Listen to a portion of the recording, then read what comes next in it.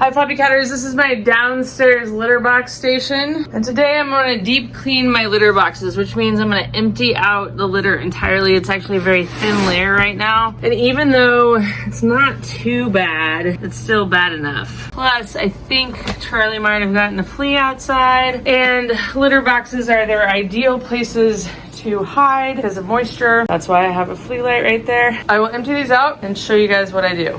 For efficiency purposes, I just dumped this litter box into that one, but that helps me get all these little areas that I didn't get scooping, so I can get those loose, because ideally I don't want anything in here, because what I do is I soak it with warm water and vinegar. Here's the other one. Some side business in there as well. A little bit over there. I start filling this with hot water, like steaming hot water, and then I add some vinegar. And then what I'm doing right now is several loads of laundry, as well as vacuuming my entire house. So while that's happening, and I like to use a spray nozzle to get this kind of stuff on the sides, I found that if you spray it, then it like gets it off a little bit faster. So that the idea is with the vinegar is obviously to kill odors and smell and bacteria and stuff like that. It's also a lot safer, like never use Lysol or something along those lines. But these are older litter boxes, and once upon a time, in my 17 years of blogging, I interviewed this guy, Dr. Elsey. And he told me that you want to get new litter boxes every couple years, and the reason why is because the cats scratch the plastic, and then the plastic is more inclined to absorb any urine, feces, whatever odor. So to keep my litter boxes for a little bit longer, that's why I soak them in vinegar, but you could also just like wipe it down with soap and water. Just make sure you're using non-toxic, unscented soap. I also go ahead and soak my litter scoops. Like this is the nasty litter scoop. That one was one that I didn't mean to use. So this one will need to get soaked to get like those chunks off and stuff, because I didn't wait for the litter to be drier when I scooped it, and so it caked onto the litter scoop instead. So both litter scoops will also soak in this vinegar water mixture.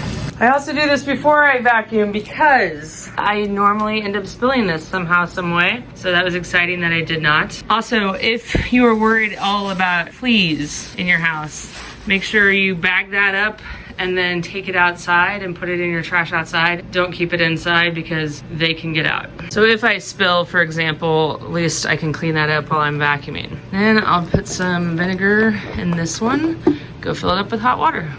And you may be wondering or thinking, what if Charlie needs to use the restroom?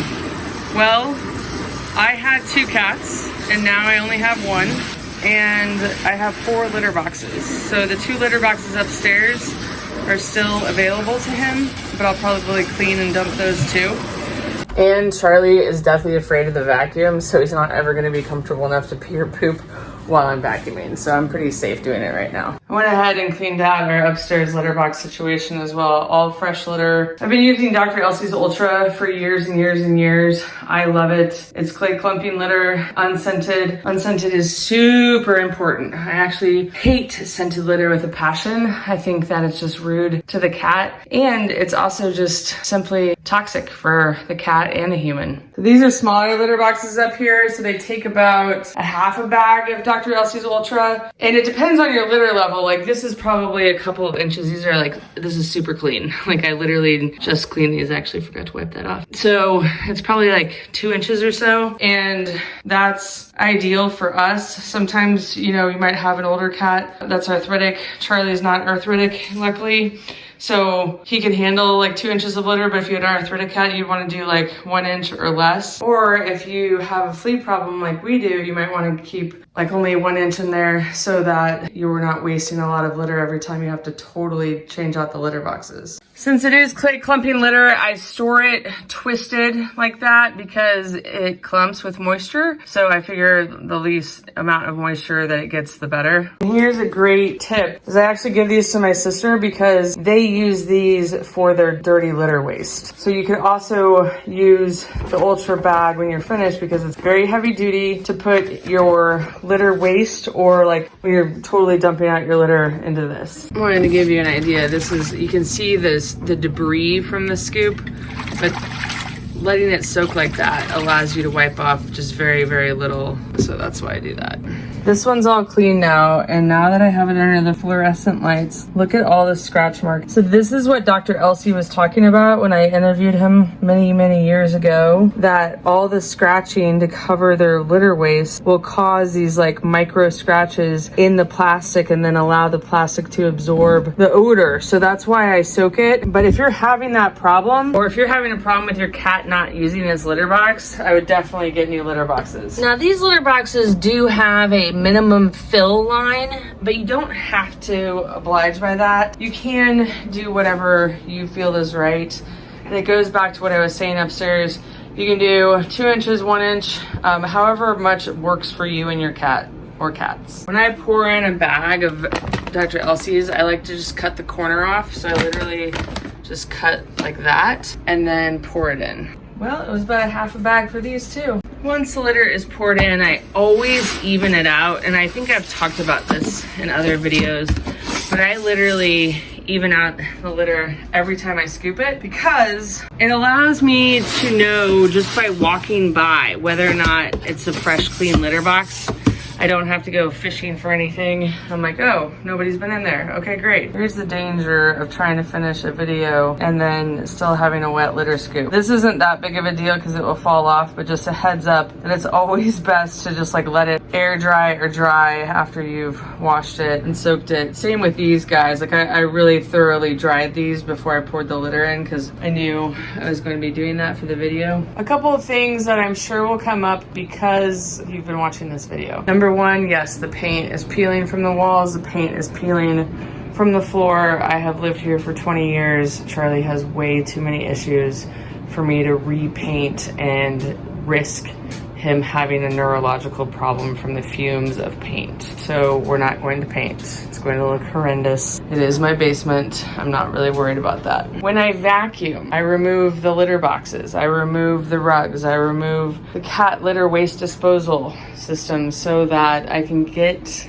everywhere. Even though it doesn't look clean, it is clean. And that is not only for fleas, but also because litter scatter can go all over the place. One of the reasons that I have high-sided litter boxes is because it helps with the litter scatter. These mats help with the litter scatter as well. I think that wraps it up. I've got some Dr. Elsey's Cat Attract there that helps kitties go to the bathroom or go to the litter box, not go to the bathroom, but go to the litter box rather than like somewhere else in the house. I always try to have a spare bag of litter, and then as, you know, because Charlie has kidney disease, as he's peeing and stuff, and the litter level gets lower, I will refill it just slightly.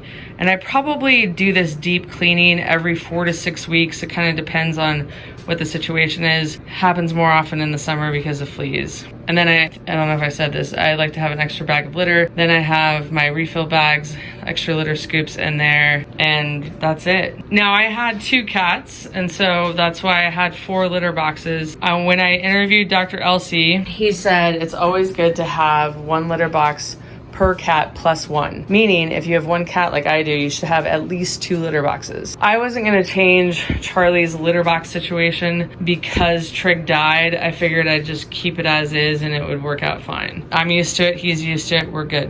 One last thing is I do have this guy, which is an air filter, and it keeps everything smelling fresh down here. I think it actually helps with the basement smell too.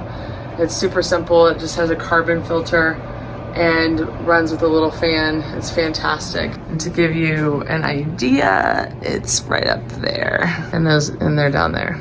And this is what I look like after an hour of vacuuming and cleaning litter boxes. Thank you guys so much for watching. We'll see you next time. Bye.